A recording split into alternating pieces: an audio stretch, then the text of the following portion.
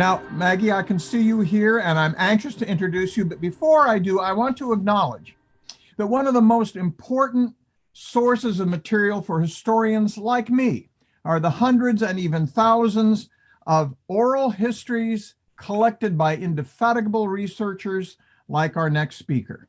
Here at the National Museum of the Pacific War, there are hundreds, even thousands of transcribed memoirs that are absolutely essential to understanding the history of the Second World War. And our next speaker, Dr. Maggie Rivas-Rodriquez, is a founder of the Voces Oral History Project at the University of Texas that collects the thoughts and memoirs of hundreds of Latinos and Latinas. She has videotaped nearly 1,000 of them herself. She earned her Ph.D. from the University of North Carolina at Chapel Hill and is a professor at the University of Texas at Austin. Dr. Rivas-Rodriquez, welcome. The floor is yours. Thank you. Thank you for having me. And I've often said this about talking about World War II. It's easy to get me talking about World War II. It's harder to get me to stop talking. So Craig, please give me a signal of some type to let me know when I'm about out of time, because seriously, I can go on and on. I'm going to, I do have a slideshow. And I'm going to start off telling you a little bit about how I arrived at this topic. I was a newspaper reporter for many years before I became a professor. And one of the stories I was writing was a magazine piece about Texas Mexican Americans and civil rights.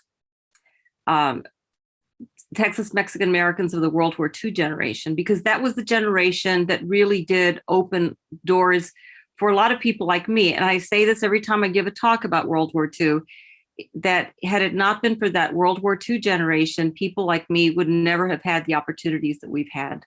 So I owe a great debt to them. So in the course of doing my research, I realized that there had not been a single book about the topic. And so oral history was a good way to create the primary source materials that would then help us write those books. And so we've been able to do that. So why is it important, the World War II period for Latinos and Latinas? It was a generation that did make the civil rights strides, and we'll talk a little bit more about that. But they had so far to go. For one thing, the educational advancements of Latinos and Latinas across the board were really low, as it was for most Americans. And one of the issues that faced Latinos and Mexican Americans, specifically in the Southwest, was the issue of education, was the issue of language in education. For many of these people, they were either first generation Americans, their parents had come from Mexico, or they were from Mexico themselves. And so English was their second language. And it was a really difficult assimilation into the educational system. They were punished for speaking Spanish on the school grounds, which is another issue for that we'll talk a little bit about. But not only were they educationally not very advanced, and this is all interrelated. Very few elected officials, very few Mexican Americans, Latinos in positions of any authority. Families were very, very poor. And a lot of the families would go off to the fields and work as migrant farm workers. In fact, one thing that happened repeatedly was when girls or boys hit about 8th grade, they often dropped out of school because the point was, I might as well help my family full time. What's the point of going to school? Because their horizons were so limited. And another problem for this generation was that the judicial system, if they did complain of discrimination, and there was rampant discrimination against Latinos across the board, the judicial system was generally fairly unresponsive. The courts were, and we'll talk a little bit about some of the advancements that were made to that. So I have a little video clip with this man named Armando Flores, who his family had been in Texas since Texas was part of Spain.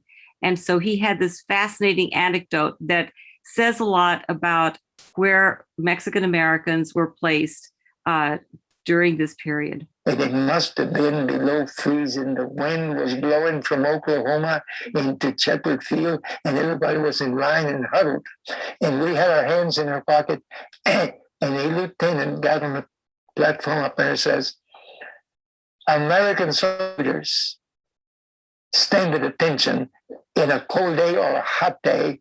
They never keep their hands in their pockets. And man, we all got to attention quickly. And this is a funny thing about it. And the reason I remember that is because nobody had ever called me an American until that time.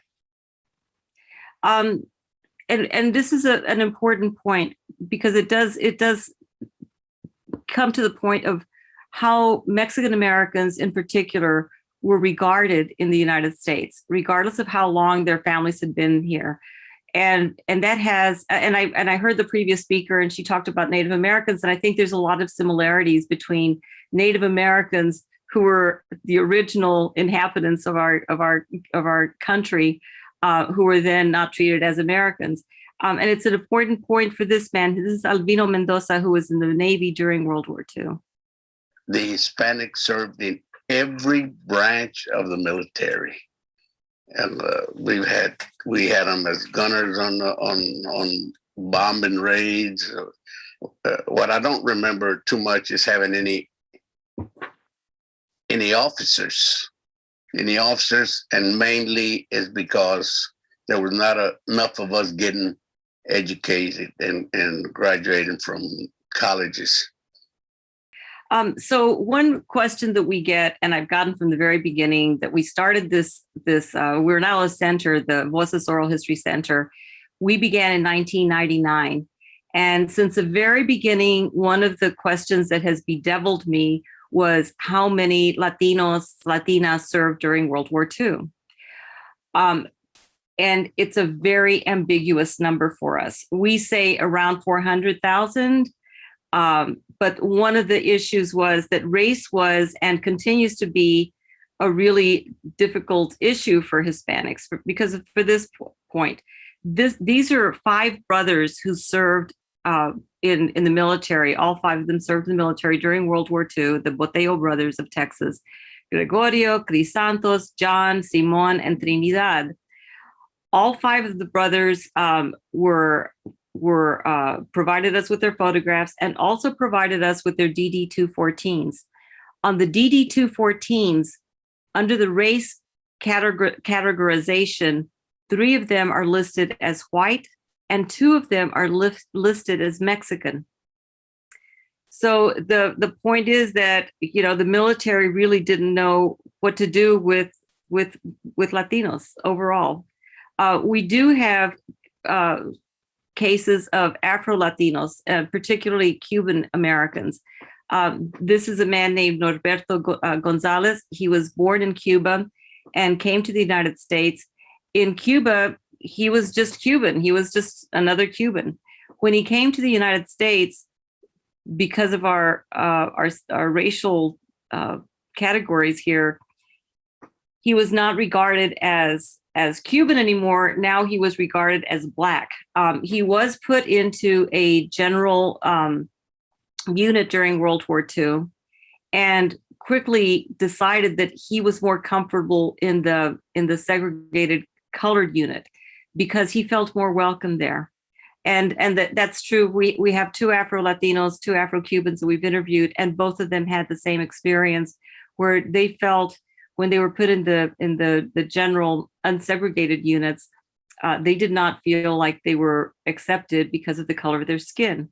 And they had names like Gonzalez and Grillo, but they felt more of an allegiance to the Black units, the colored units. Here's some of the other characteristics of Latinos and Latinas in World War II.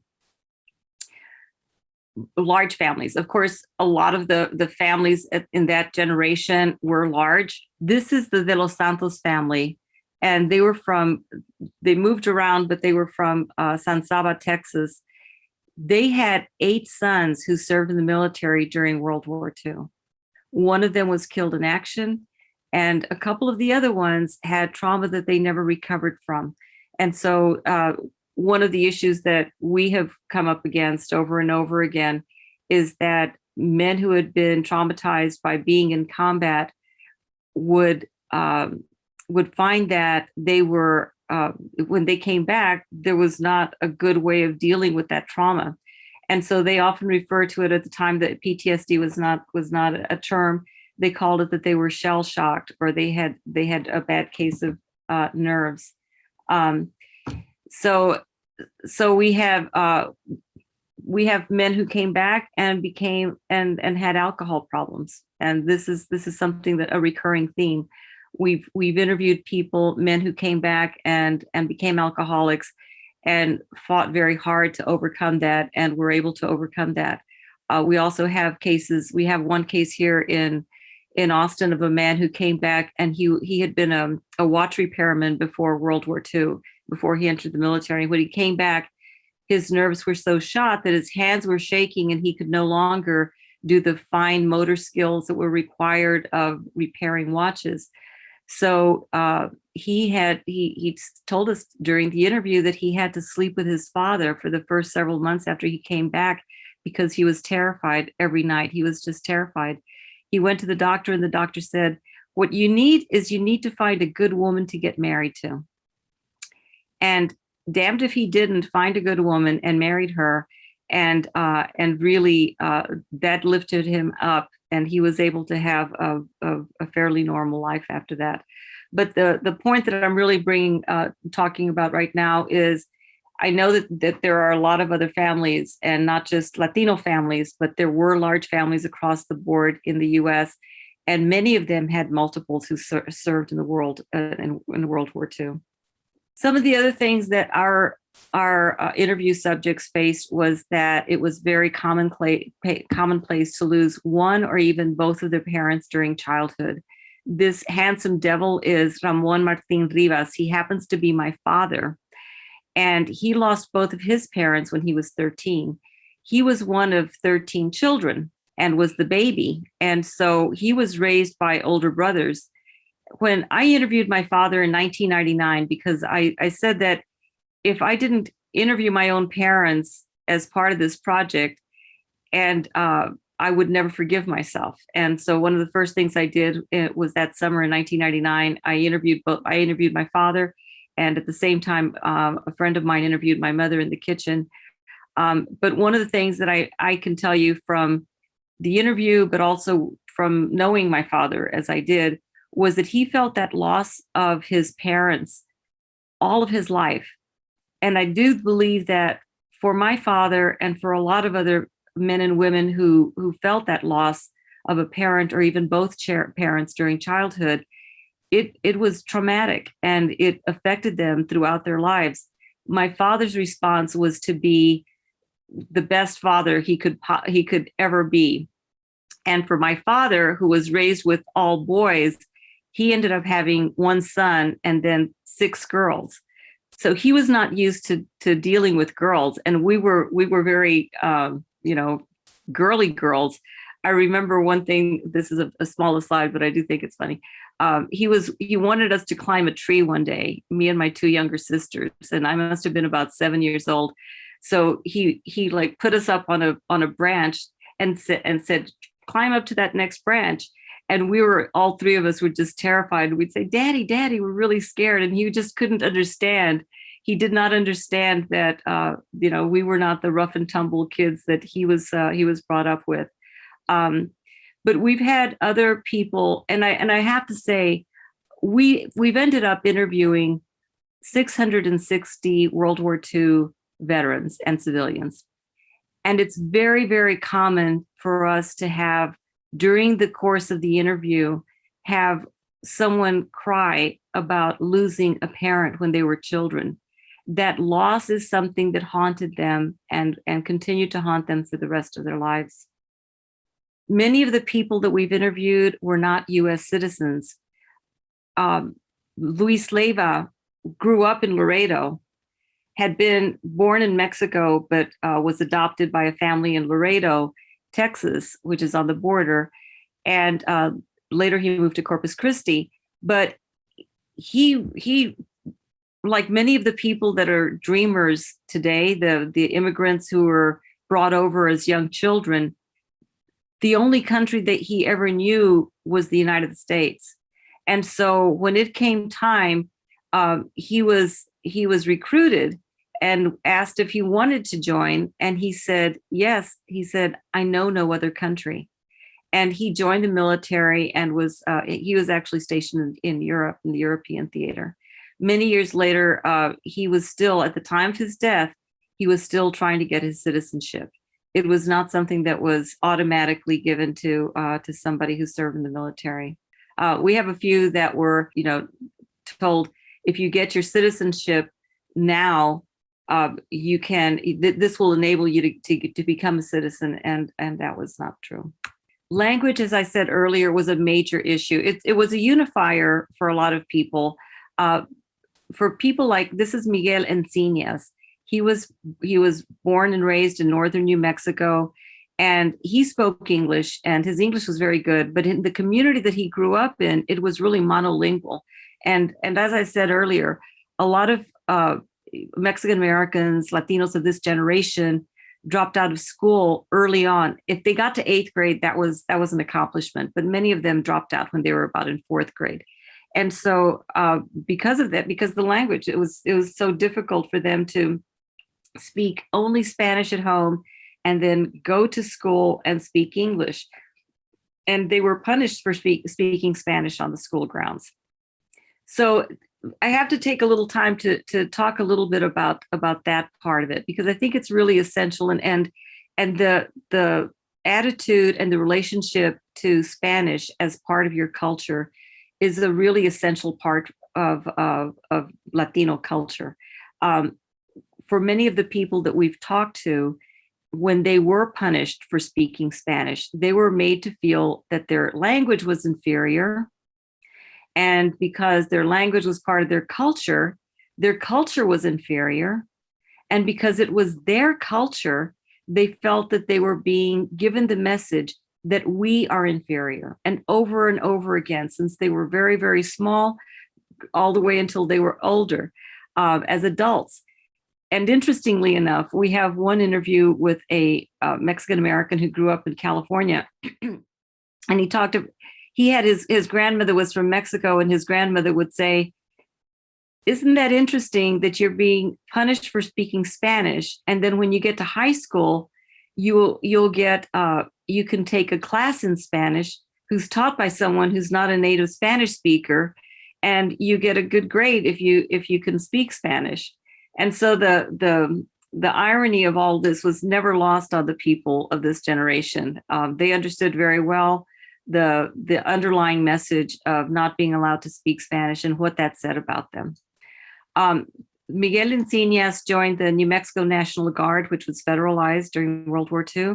There were about 3 units, including the Coast Guard Artillery, which was stationed in Bataan, that were mostly Spanish-speaking units. And what he told us in our interview was that a lot of the men from his hometown wanted to join these National Guard units because they felt that this was going to be, they were going to have a chance to speak Spanish. They were really worried about being drafted and not being able to communicate because their English was so bad. And I must say also, my father was one of these people that grew up really speaking only English. And he told us the few phrases that he could speak in only Spanish. The only phrases that he could speak in English were, things like, finding a way to go to the bathroom or something like that. And so when he joined the military, he would get in trouble because they would say left face, and he started to understand, okay, that's izquierda. But even something so basic. So you think, how do you put these Spanish speaking men into units that are English speaking? And so one of the things that happened was that although these were not segregated units, a lot of them were Spanish speaking units. And of course, there's Puerto Rican units as well that were Spanish speaking. And so what Mr. Encinas said, the only Anglos in the company that he served in were the officers, but all the enlisted men were Hispanic. And he said, and he understood that that's because of the educational attainment issue that bedeviled the Mexican Americans. So I wondered about this, about how they could, who the translators were, and there were areas where Mexican Americans were fully bilingual, and the Midwest is a good place to get those folks. Carmen Gonzalez of Newton, Kansas was one of these people. He was one of 19 children who was born to a man who was a foreman with the Santa Fe Railroad, who was from Mexico himself, and he had come to work for the railroad with his wife. They had 19 children, and Carmen Gonzalez was perfectly bilingual. We interviewed him in Newton, Kansas. His Spanish was flawless and his English was flawless, and so it's pretty rare to be able to do that. But he was one of those people. So what he would do was he told us about being able to do the translating between the Spanish-speaking recruits and the English-speaking officers. So what was the effect of World War II on Latinos?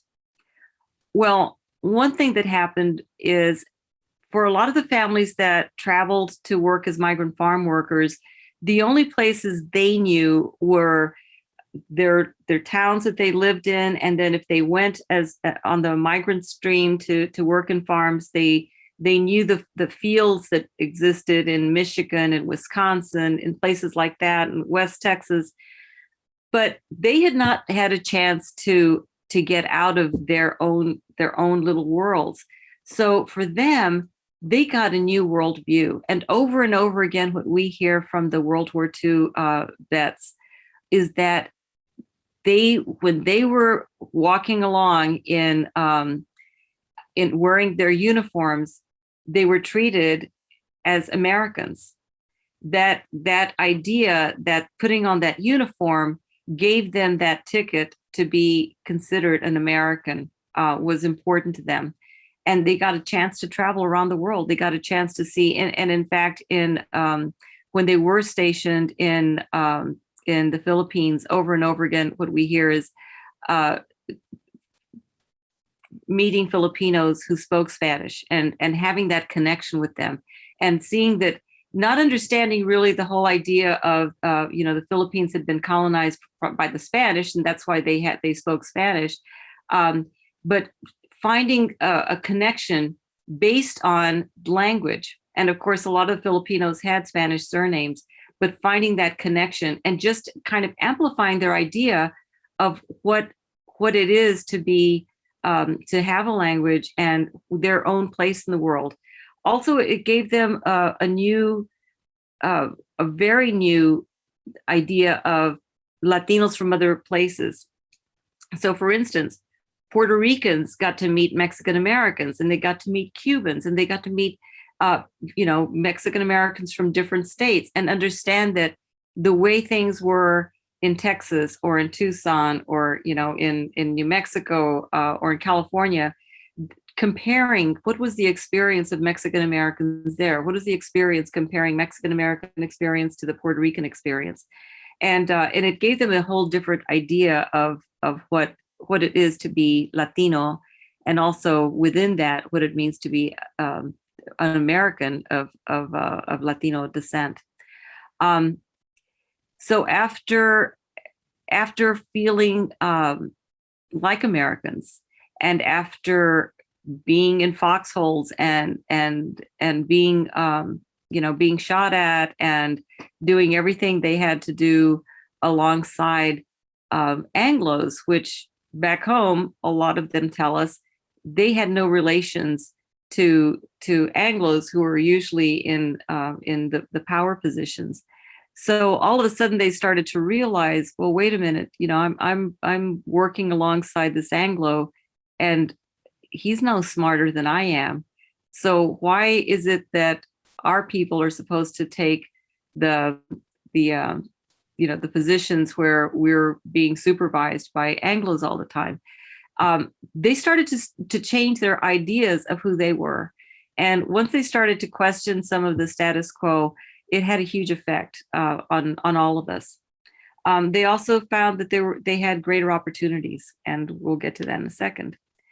So for Latinas, there was also, and I feel that you can't really study the experience of men in uniform without studying the experience of the families of the men in uniform, because it really is tied together, and they're the home team that has to support the men. But this beautiful woman is my mother, Henrietta Lopez Rivas. She dropped out when she was in the 8th grade. She was a housekeeper until 1941, when she became a Kelly Katie, working at Kelly Field at the time, and then now Kelly Air Force Base in San Antonio. She got married to my father. They had, after the 5th child, I'm the 5th child, she stayed home and became a homemaker. And this is something that we see over and over again with the World War II generation of Latinas, that they take care of their families. And at the time, daycare isn't as plentiful as it is today. I mean, my children both were in daycare when they were small, but there was nothing like that for people, for women like my mother. And she was the main person who took care of the children. So after 5 kids, her mother said, "I can't take care of 5 kids. You need to do something else." So she stayed home with the children, and became a homemaker. And here's somebody who is a really, really smart woman, who I know that she must have been frustrated by having to do the everyday chores of being a homemaker, but she raised 7 kids and did a great job. When she was in her 50s, she went back and got her GED. So this is very, very common. Women who finished raising their children, and after the kids were out of the house, then they went back, they got their GED. Some of them went back and got college degrees. Over and over again, we hear this. A few of the Latinas joined the military. This is Beatriz Amado Kissinger. She was a bit of a hellraiser coming out of Tucson, Arizona. She was in a Catholic nursing school when war broke out, and they said, if you join the Navy, we'll help you pay for your nursing school. So she joined the Navy, and right after nursing school, she was sent to California, and she was just one of these amazing women who just had so much great energy. She had a very long career as a nurse afterwards, but the women who joined the military were very much going against those stereotypes that have some bearing in Latino culture, where women were supposed to stay home and live with their families, with their parents, until they got married. So for these Latinas, they did something different, and hats off to them. One thing that happened after World War II is that because of that broader view of the world, and they started to look at possibilities, they came back and they started to figure out how they could do something better and battle the discrimination. A lot of them were basically told, "Okay, the war's over. Thank you very much for your service, and now let's go back to where we were before the war." And there's a man named Hector P. Garcia, who was a physician who was laid up in bed in Corpus Christi, listening to the radio after the war, and listening to Spanish language radio, and listening to all these people men who were complaining that they couldn't get treated at the VA center, that they were having all kinds of obstacles placed in front of them. So he said, this is outrageous. We need to do something. So he called a meeting, and he said, anybody who wants to complain about how the VA is treating them, meet at this high school gymnasium. And he was expecting maybe 30 people, and over 700 people showed up at this meeting at a high school gymnasium. So Hector P. Garcia was the founder of the American GI Forum. And from the very, very beginning, what they were fighting for was for the rights of American military veterans to enjoy, the same rights as any other veteran. They were also very interested, and remain today very interested, in educational opportunities for young people. One of them another one was Pete Herina from Laredo, Texas also. And he went and used the GI Bill to go to law school. And once he started working as a lawyer, he thought this was going to be great. I'm going to help people, and we're going to put an end to discrimination. And he became the civil rights state chairman of the LULAC, which is the League of United Latin American Citizens. So he's the state chairman of this LULAC, and he's hearing all these people complain. There's police brutality here. There's discrimination. I got fired for speaking Spanish. They wouldn't hire me, or they wouldn't promote me, even though I had better qualifications than the non-Latino who got promoted. And over again, he was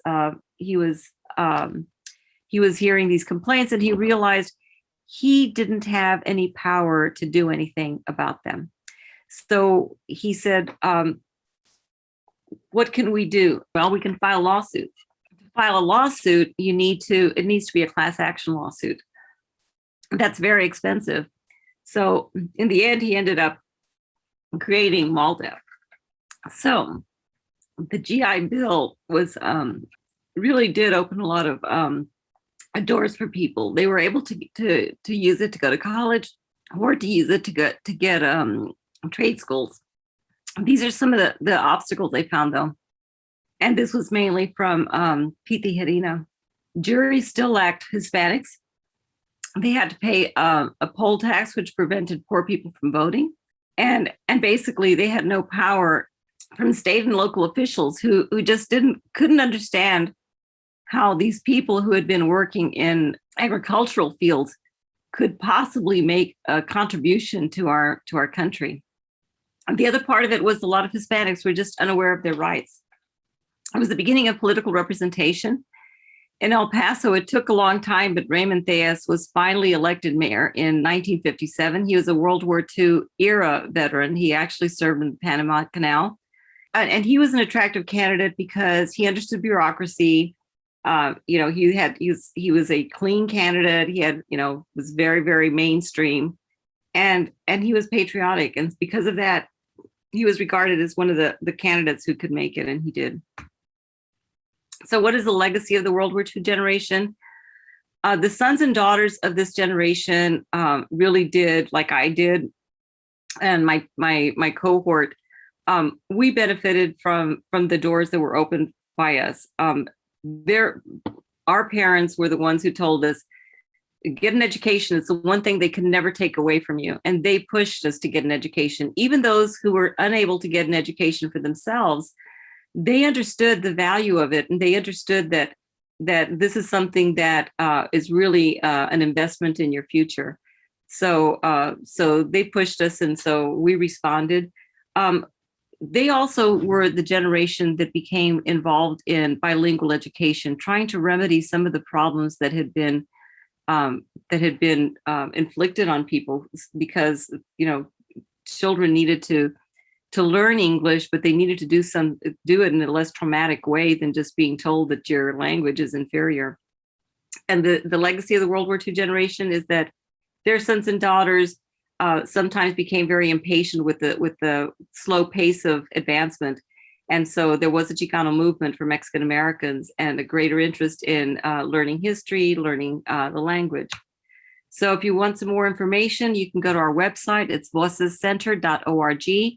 And these are the 5 books that we've produced about World War II that you might find interesting.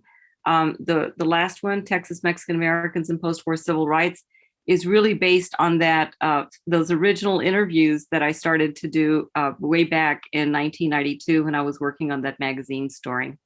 So thank you all very much. And thank you, Maggie. We appreciate that very much. Very interesting to hear about the World War II generation from a slightly different perspective. I'm going to ask one quick question early on that I suspect a number of others wondered as well. Charity Roberts writes in talking about your mother, you passed very quickly over Kelly Caddy. Can you explain that to us? Kelly Caddy? Kelly Caddies. Kelly Caddies were women who worked at Kelly Field, now Kelly Air Force Base, during World War II. they were doing things like repairing airplanes, repairing instrumentation. It was a whole cohort, and women who worked at Kelly Field. And is some research about the Kelly Cadies. It was across the board. It was a multicultural workforce. They were able to make more money than they ever dreamed possible. And you didn't have to have a college education to do this, but you did have to pass certain aptitude tests. So, the Kelly Cadies were in San Antonio, they were very celebrated. Mm-hmm. So this is the Rosie the Riveter, Wendy the Welder, and the Kelly Cadies. Yes. All right, that's great. One of the things I found particularly interesting in your address is the whole question of assimilation. We heard previously from Alexandra, and the two of you can talk about this in the panel this afternoon, which should be very interesting, but there were some Native Americans who, I want to say resented, but resisted assimilation, wanting to cling to their culture rather than be fully integrated into Anglo-American culture. Was there any of that sensitivity among Latin Americans as well in World War II? Yeah, I don't mean to say that they wanted to forego their culture or their language, because they were very proud. The people that we've interviewed have been uniformly very, our project is totally centered on the Latino experience. So for someone to want to be interviewed by us, they have to be someone who's pretty proud of being Latino or Latina.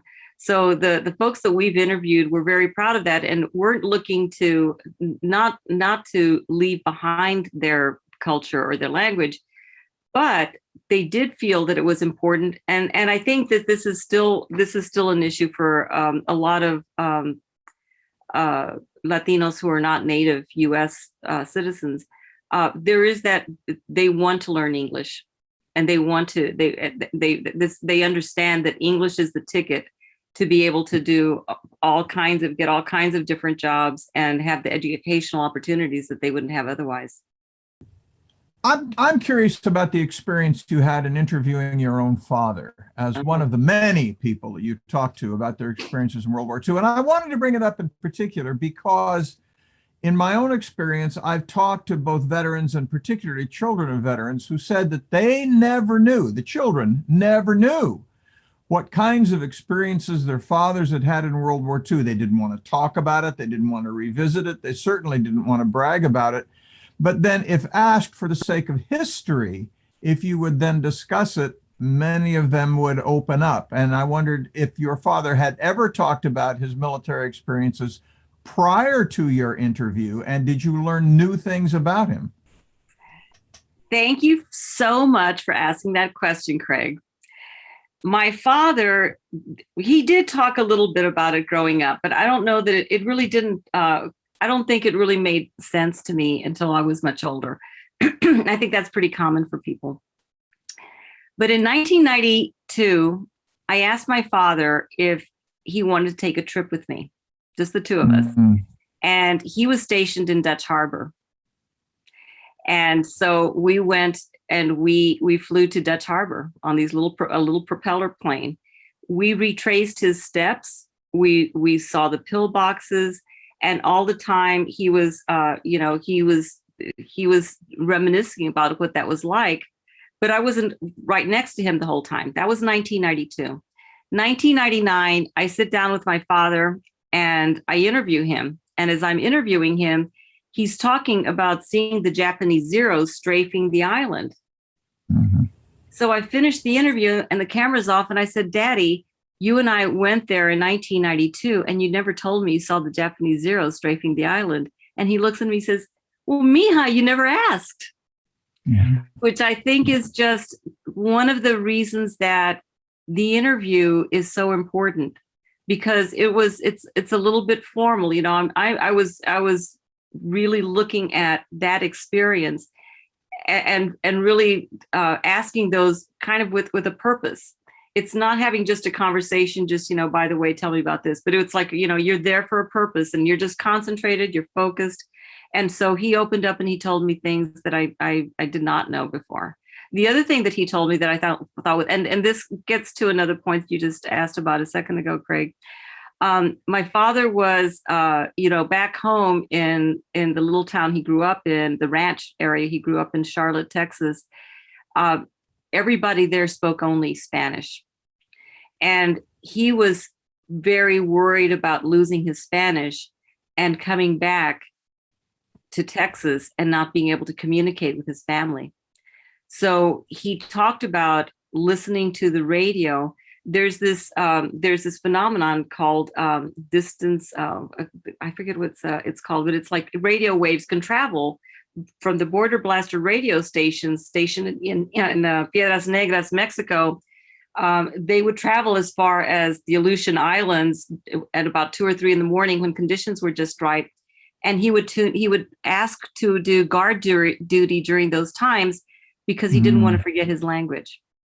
And when he talked about it, it was a very emotional thing. I mean, he cried when he talked about standing out there listening to Spanish language radio because he was so afraid to lose his language. Yeah, that is a great story. And I'm glad I asked you that question as well. But I want to piggyback on that just a little bit by telling a quick story about a young officer I taught with at the Naval Academy who knew his father had served in Vietnam. And the week he was teaching the Vietnam War, he asked his father to come in and talk to his students. And his father came in and told stories the son had never heard. He was a commander of reconnaissance patrols that did amazing things, and asked him afterward, "Dad, why didn't you ever tell me about this?" And he gave 2 answers. One was, "Well, you never really asked." But the other was, "I wasn't sure you could understand." And I think that's part 2 of that whole generation that went through these common experiences, trying to explain something that civilians would have a hard time gripping. And that's why what you're doing is so important, and why the oral histories at the National Museum of the Pacific War and down in New Orleans as well are so important. So I wanted to get that pitch in. Thank you very much. I want to just say, I'm glad you brought up the World War II Museum too, because they also have some great interviews. The Boteo brothers, one of the stories from the Boteo brothers, the 5 brothers who served, when they came back and they were all at home, they had one of their uncles came over, and the uncle kept on asking them, "What was it like? What was it like?" And these men got really fed up, and they went outside, and they were sitting under a tree talking to themselves. And they said, we don't want to talk to anybody else about it. And I think there was another part of it is that it's kind of something that's so intimate that I think for a little while they just needed to hold on to it just among them. Yeah, and one last pitch. Those of you who still have living World War II veterans in your family, if they have not had an opportunity to get their memories on tape, you can either contact the people at the National Museum of the Pacific War, or you can do it yourself on tape, because once they're gone, so are those memories. So thank you for that. We heard a lot yesterday that World War II was transformative for African Americans, personally, socially, culturally, politically. Would you say this is true for Latino Americans as well? Absent World War II, would we have seen the same kinds of progress and growth for that group of Americans? No, I think the same way that World War II was transformative for women, for Native Americans, African Americans, Latinos. I mean, it was the entire country. And there's so much transformation that occurred. I don't know what would have happened had it not been for World War II. I mean, our country would not be where we are today. Just economically and educationally, and I can't imagine. I mean, after World War II, when all these men came back from the war and started going to college, it opened up so many doors to the middle class for Americans, and we've all benefited. I mean, it really is that the whole country was lifted by that. There's no cloud so dark that it doesn't have a silver lining. Alexandra, who of course is very interested in Native Americans, was very interested in your talk, and she asked a question. Here's I don't know, what would you call a Venn diagram perhaps of Latin American indigenous peoples serving in the American Army. Did you run across anyone in that category? Not really, but what we do have, because I mean, I've heard this joke from a Native American who told me one time, you know what a Mexican is? And I said, what's that? A Native American that doesn't know what tribe he belongs to. Because we do, a lot of us do have a lot of indigenous blood. Over and over again, what we hear is, people going to places like, in Texas, we don't have a large, visible, at least, Native American population. I know that in other parts of the country there are, and so in parts of the country where there were large, Native populations, Mexican American would go in, and because he looks and is really a lot Native American, would be they'd be told, we can't serve you alcohol because we don't serve that to Indians. And they would say, oh, no, I'm not Indian, I'm Mexican. And I do think there's something really interesting. There's some really interesting research that can be done about that. It just raises so many different issues, but we have heard that several times with people saying, and if you look at, my father's family is very, very Indian looking. And so, not having that connection with that ancestry is kind of interesting, but then making that distinction and saying, no, I'm not, I'm Mexican.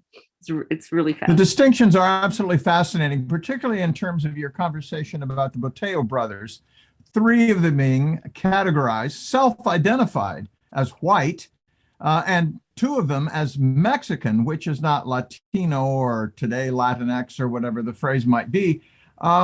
Is it really color or is it culture? What is it that most Latinos and Latinas use as a self-identifier? Well, it's not race for sure. I think I don't think that it's one size fits all. I know, we have Latinos, and we've interviewed them who look like you, Craig, and they may even have a last name like your last name, but they're Latino. And we have, there's been just so much immigration to Mexico. In Mexico, we had people immigrate from Ireland. There's a huge Irish population in Mexico. And so we have, and Scottish people. So we have a lot of Mexican Americans with that last name. And then we have other ones that they may have a last name like Rodriguez, but they don't identify with that. It was somebody way, way down. So there's really not, I do feel like it's how, what you have grown up with, what you identify with. We've interviewed someone with an Italian last name in California, a man named Dominic Tripodi, who we interviewed them at a vet center in Los Angeles, and he wanted to be interviewed, and because he grew up in East LA, all of his whole culture was Mexican. He's married to a Mexican woman. He belongs to that vet center, that the American Legion chapter that's all Mexican. He's not by blood Mexican, but he is Mexican culturally. So I would never be the person to say to somebody, oh no, because you didn't have that experience, or because your parents weren't this. I think that if you identify as Latino and you have that culture, then that's your designation. Savannah Brady has 2 questions. I'm going to throw them both out to you, and we'll probably end with this. First one is, she's kind of interested about whether your mother ever talked about her time as a Kelly Katie. Did she have a fondness for post-war aviation, or was this simply her service to the country? And then there's a follow-up question about how many Mexican-American World War II veterans are there still, and how do you find them? Well, on how many are there? I don't know how many are still alive. I do know we interviewed one last summer in Corpus Christi who is still sharp as a tack.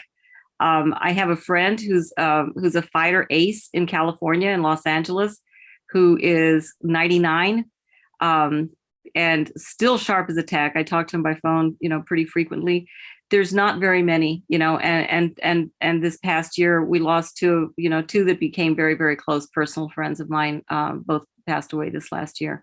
So, you know, Mm. they're in their upper 90s, and Right. it's getting harder and harder. So, you Right. know, so that's that part of it. As far as my mother talked about, yes, she did. She would talk about how, you know, for my mother, growing up as a poor Mexican American woman, girl in South Texas, where she's my mother was very beautiful. She had a beautiful voice, but there was nothing expected of her. You know, her job was going to be, you get a job as a housekeeper and that's going to be it. And her experience working at Kelly Field was that she was really, really good at this. My mother was really smart too. She was very well read. She was really good at her job, and she kept getting promoted over and over again. And she realized that she was pretty smart. And once you kind of have internalized that, I don't think there's any going back.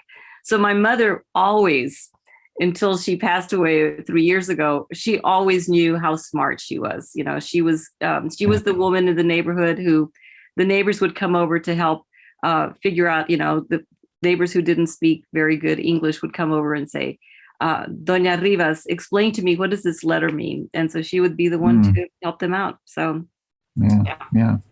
That's great story. Thank you very much. This has been a fascinating conversation. Really enjoyed having you. Thank you again. Thank you. Bye-bye.